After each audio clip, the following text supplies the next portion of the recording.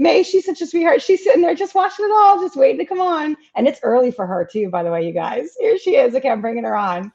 And you're going to love the accent. Hi. Hi. Good. How are you? I was about to say good morning. I'm like, it's not morning for you. It's not morning for me, but it is for you. Tell us where you are right now.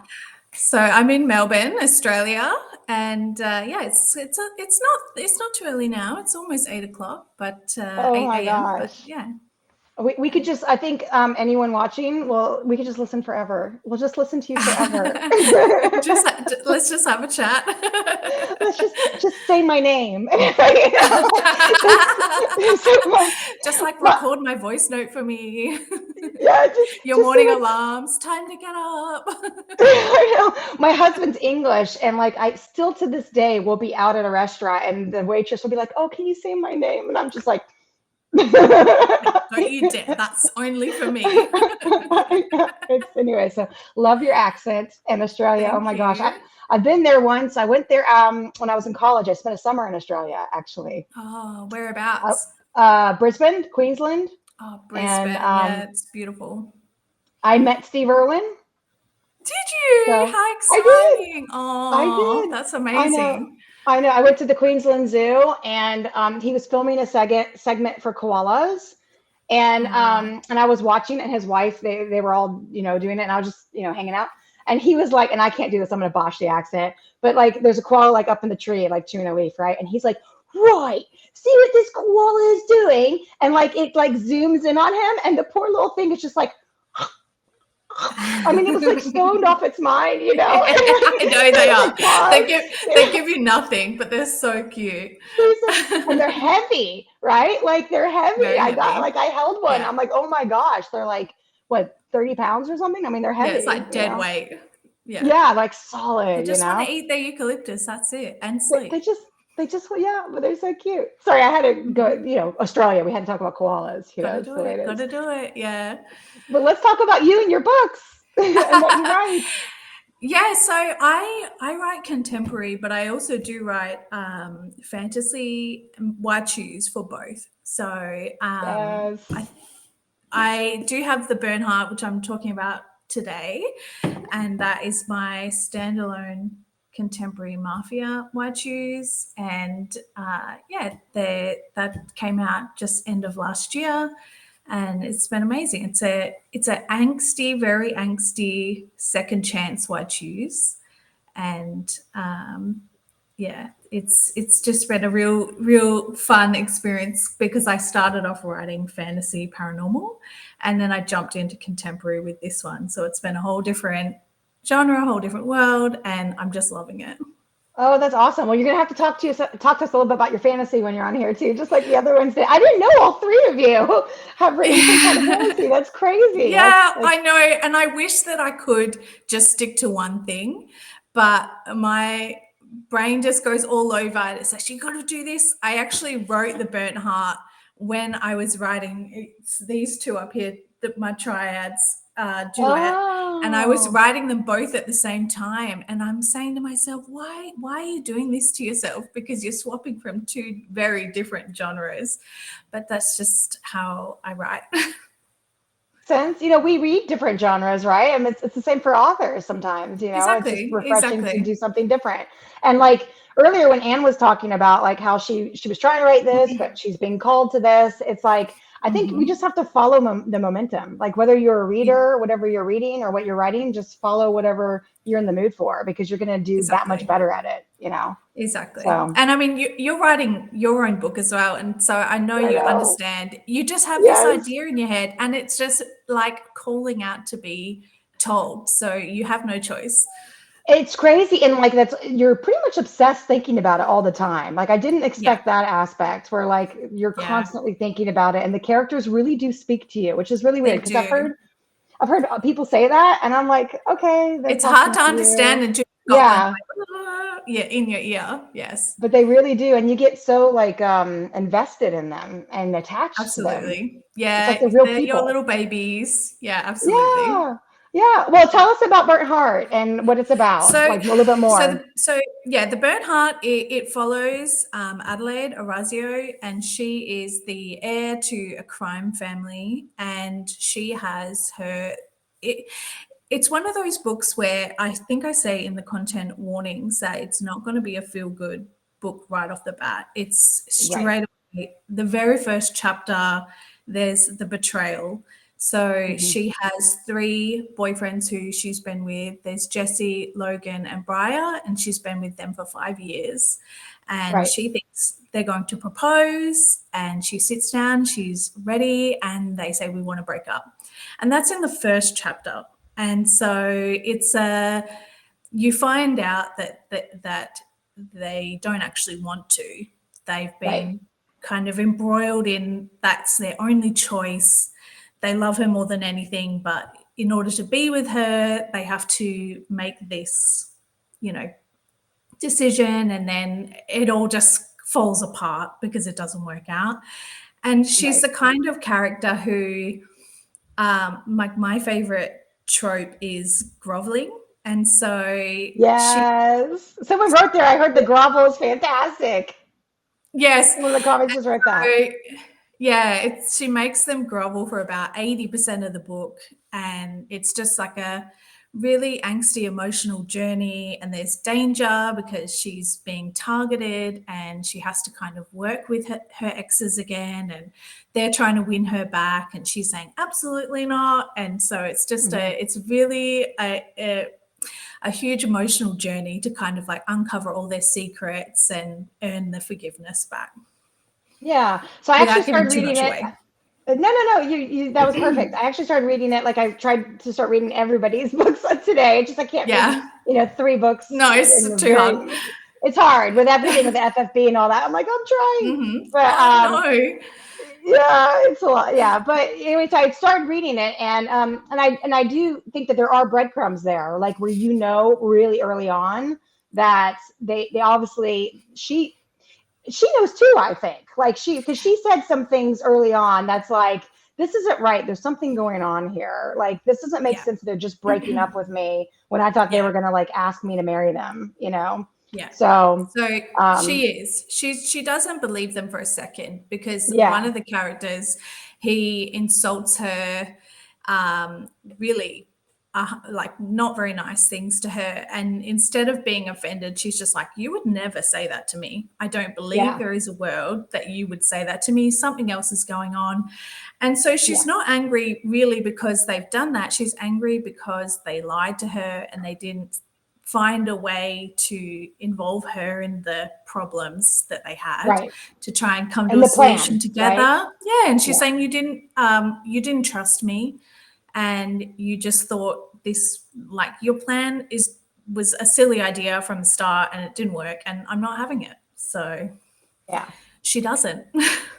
Yeah. So when I just had started reading it, like I said, and I didn't get far, obviously, because there's just not time. But Mhm.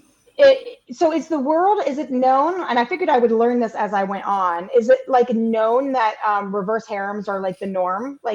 So this obviously isn't an Omegaverse. It's not. No, and they're not the norm. They're And not. it Okay. no, and it does get addressed because that's part of the reason why they struggle so much, because her guys are from kind of the wrong side of the track. They didn't have a great upbringing. They don't have the opportunities. And she's up here. She's had every single thing she's ever wanted. She's wealthy. And so they get judged and attacked, and a lot of behind the scenes things happening to them to try and break them up because her family doesn't approve of Right. the relationship. Yeah.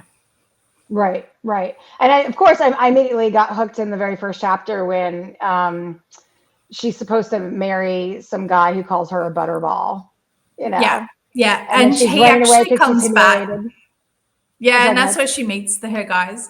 But That's what she he meets her actually guys. Yeah. comes back, and they strike up a bargain, and she kind of fake dates him to make them jealous. And yeah, so he does come back again.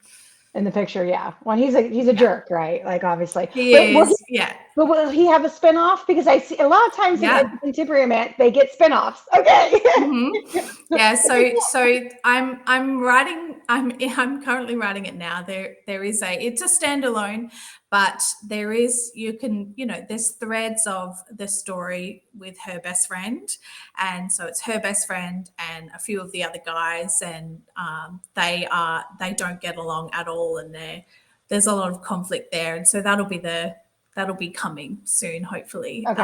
end of Cool. this year, middle of this year. So I'm working on That's that one. exciting. So, Yeah. so share your book again because someone's asking the title. They didn't see it. And when we do the panel, we'll get everyone to show their books Yeah, again. the Burnt Heart. Yeah, yeah. So they can go grab it. And it's KU, right? It's off It KU. is in KU. Yeah, Yeah, it is yeah. in KU. I love KU. And I have a book coming out in April, April 11th, and that tells the story of her grandparents. So that's called Oh, Poison Heart. cool. And I don't have a physical copy of it yet. It's in the mail, but that's coming soon. So what made you start writing, not just contemporary romance, but I know you said you've got the other genre too, but like why choose? What made you start writing Why Choose? I think every author can probably say the same. They've always been a reader. They've always sort of been a writer Yeah. as well, And I read a lot of angsty romance. It sounds funny to say, but it is my comfort read. I really enjoy it. Yeah, All my yeah. favorite books Me have too. made me cry. And Yes, me too. so I don't know. I just had this idea pop into my head of this really gut wrenching emotional moment. And I was like, I'll just sit and try. I'll just, it wouldn't get out of my head. And so and it was like the words just flew out like a river, and I haven't looked back. And the ideas just keep coming, and the angsty moments just keep coming and falling in my lap. And I'm like, okay, we're doing this. Yeah, we're doing this. Yeah. That's awesome. That's awesome. Do you find it difficult to, and I haven't read far enough to find out myself, but like, do you find it difficult to make sure that the different characters, the men are unique from one another? Do you find that difficult or is that easy for you to make sure that they're all separate personalities? What do you think about that? I don't think I don't find it difficult so much as sometimes I think it's hard as an author. You've got so much up here that Right. sometimes a reader doesn't have that. And so you're thinking in your mind, like, of course they would never do that, but a reader is only reading from what you've written. So Right. I What you think it's found, right. hard. You're trying to translate what you have up here onto Yeah. a page, Right. and like that's huge. So yeah, I Yeah. don't find it hard, and I love why choose for that aspect. You don't have to choose. You can have I know the it's so broody nice. guy, you can have the sensitive guy, you can have the whole range. Yeah, I really think why choose is kind of, and this is probably a good panel thing to talk about, so I'll nip it Mm. quickly. But I really think why choose is like it's kind of becoming a thing. Like it's really It getting a is. lot of visibility in the book world. And I didn't actually like why choose years ago, and it took Raven Kennedy reading Cupidity from Raven Kennedy that really Yeah. kind of opened my mind. I just was reading the wrong why chooses for me back then. But now it's just gotten, they're so good. I mean, I Yeah. most times now I'll pick up an MF and it's like, and they'll introduce another male character, and I'm like, why can't it be a white choose? I want it to be a Well, white choose. sometimes you like one more than the other, and Yeah, yeah. you have options. So Yeah. it's definitely getting more popular. I It's love definitely to getting more see it. I popular. love to see Although it. I still love traditional MFs too. I just love Of all books. course. I really do. As long as they have Absolutely. romance Yeah. in them, I'm in. I That's like my only romance. thing. And a happy Yeah. ever after. Yeah, Yes. eventually an HEA. I'm okay with it happily after for Yeah. now. Yeah. um, Yeah. you know, but eventually Yeah. an HEA. So, okay, well, so tell us a little bit about your other series, the fantasy one. Yeah. Would you call it So the fantasy? Yeah, I would call it kind of paranormal Okay, maybe. So the first book paranormal. is Okay, Triad's Curse, right. and it follows she's a human girl named Cami, and she gets pulled in. Her family is in really dire financial straits, and she gets pulled in for a medical trial, but she has to sign all these documents basically saying, you are literally, we're going to pick you up from your life, we're going to take you here, and you just, that's it, but we will give your family all the money you need. And she feels she doesn't have a choice, so she does that. But what she doesn't realize is that she's not just being picked up from somewhere on earth, taken to a different place, she's been taken to another world. Oh, wow. And Right. Yeah. so she is taken to another kind of a plane, and they're like demon-like creatures called Legion, Okay. and Yeah. they need her blood, because they have like a certain type of arrangement in there where Waichus is the norm. You would Okay. normally have, a certain amount of Legion and a central person, which is called a boost. And she would power them with their blood. And so she gets there, but the Legion that she's meant to be supporting were not told that that's what is happening. And one is really happy to see her, one is ambivalent, and one is really, really not happy. And so the end of this book is like a brutal cliffhanger and a brutal betrayal. And then the second book is, there's, obviously a lot more, but lots of groveling and angst and action and I love everything. angst. So Love groveling. That sounds great. yeah. I So love drama. very, I very love just different. good. Yeah. Yeah, Well, and that's I cool. That love sounds really. emotions. Yeah. Mm, Yeah. It's hmm good. It gets you, invested. So, well, that's awesome. Okay. How about Absolutely. any upcoming releases you want to talk about before we start the panel? Yeah, I've got Poison Heart, as I said, coming out April Right.